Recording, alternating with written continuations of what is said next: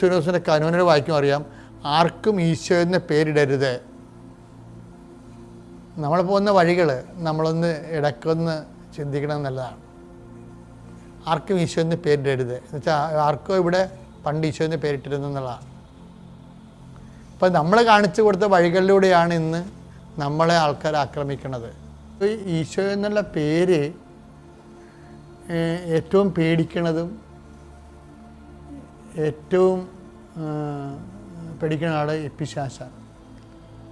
പിശാചിന് എപ്പോഴും ഇങ്ങനെ ഈശോൻ്റെ പേര് തനിക്ക് പേടിയായത് കാരണം അത് ഭൂമുഖത്തു നിന്ന് തേച്ച് മാച്ച് കളയണമെന്നുള്ള ആഗ്രഹമുള്ളതാണ് പിശാച്. അതുകൊണ്ടാണ് ഇതുപോലെ ഈശോയുടെ വിരുദ്ധ ശക്തികളാണ് ഇതുപോലെയുള്ള കാപാലികന്മാർക്ക് ഈശോ എന്ന് പേരിടുന്നത്. ഇത് ഇവരെ കുറ്റം പറഞ്ഞൊരു കാര്യമില്ല.